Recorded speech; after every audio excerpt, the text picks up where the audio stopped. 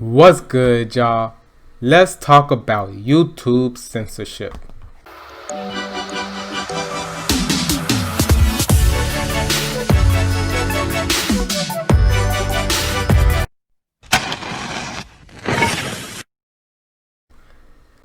We're going to start off by reading this article. We're going to start off with the story.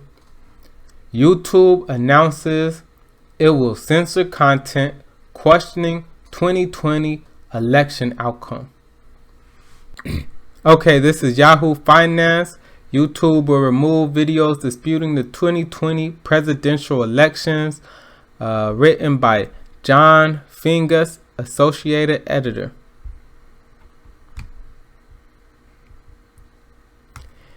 YouTube's determination to curb the election misinformation is extending to disputes over the results.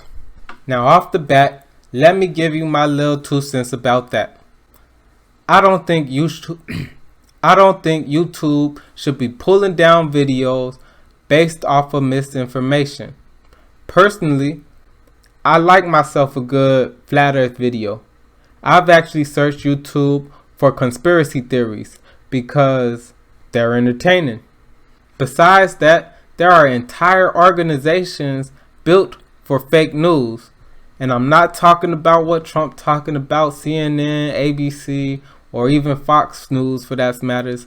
I'm talking about legitimate businesses who take pride in creating fake news. People actually know that their stories are BS, and they still read their stories, watch their channels, because like I said, it's entertaining. You know, of course, some people are gullible. Some people believe anything and don't want to research, and they get fooled.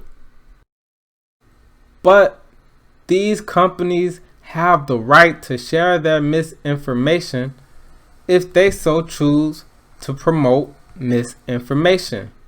But hey, that's just my 2 cents. The Google-owned service has started removing content uploaded from December 9th onward that alleges that widespread fraud or errors altered the outcome of 2020 U.S. presidential elections. States have certified the results, YouTube said, and December 8th was a safe harbor deadline for the elections. Joe Biden is the president-elect as far as the government is concerned, and the video site is acting accordingly. So, you just heard me give my 2 cents about censoring misinformation. I'm not for it.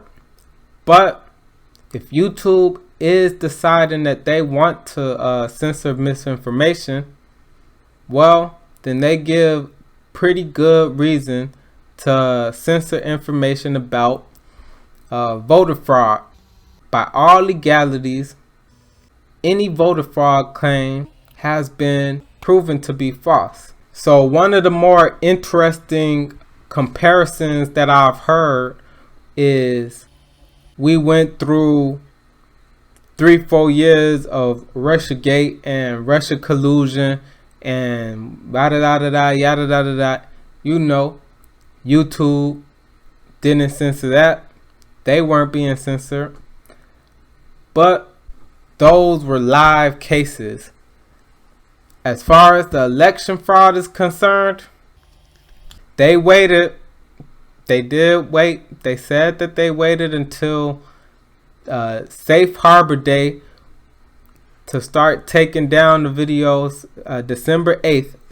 Safe Harbor Day was December 8th. Everything was certified. That's when they waited to start taking down election fraud videos. So they're in pretty good standings with their decision to pull down election fraud videos. But then again, like I said, that's just my 2 cents. So let's talk about Section 230. Let me preface this by saying Trump is an idiot. Mr. Law and Order wants to shoot down a defense bill to protect our country. has nothing to do with the internet, but he's going to shoot it down to try to get rid of Section 230. But there's also a snag. You see, I don't think YouTube should be pulling down videos or censoring videos either. But YouTube is a platform, and according to the Supreme Court, if you have a non-for-profit private forum, you can decide what type of speech you want. The Supreme Court ruled that is an exemption to free speech. Public forums have to abide by the First Amendment. Private forums, they don't. I'm at my house. I'm enjoying my house. I could say whatever I want to say in my house because this is a private forum, and I could have anybody I want, and I could tell anybody I don't want to come, you can't come. Now, it will be different if Facebook charged people to have an account. In that case, as long as you're paying, you can decide to say what you want. And not only that,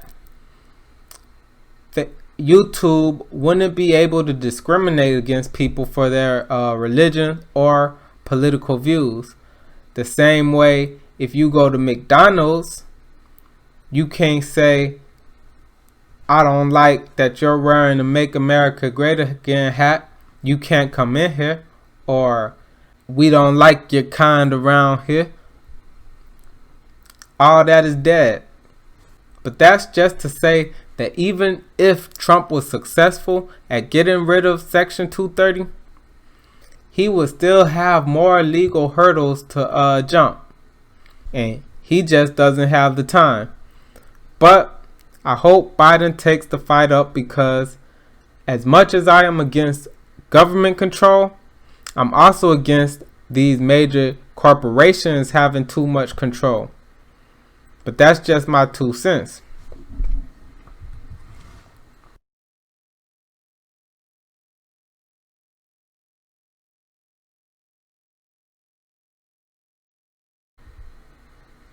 The company is matching this by updating its election fact-check panels with a link to Office of Federal Register page confirming Biden's win. There will still be a link to the Cybersecurity and Infrastructure Security Agency page debunking false election integrity claims. YouTube told Engadget it will rely on its information panels to challenge claims and content posted before December 9th. In its blog post detailing the latest move, YouTube said it already forbade content claiming widespread fraud in previous U.S. elections and allowed controversial views on vote counting while the tallies were in progress. The company further claimed that its anti-misinformation efforts during the elections were effective. It banned over 8,000 channels and thousands of videos for harmful and misleading claims since September, with more than 77% of videos pulled before they had 100 views. Fact-check panels have activated over 200,000 times since the November 3rd elections, YouTube added. Now, think about this. They have active fact checkers pulling down videos, banning channels.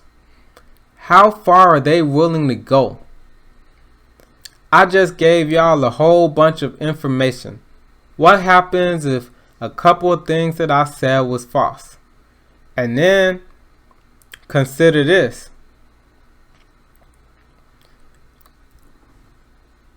What happens when they have their bots determine, scan through the videos, how much false information will get you banned? how much false information will get your video pulled down. Anybody who wants to use these forums need to be concerned with that, especially news channels or political channels, because like I said, I could say something false, my channel be gone. It's just gonna make it really tough for freedom of speech. But that's just my 2 cents. Here's the question. Should social media platforms be censoring misinformation or censoring in general? And do they have too much power? That's the question. Let's talk about it.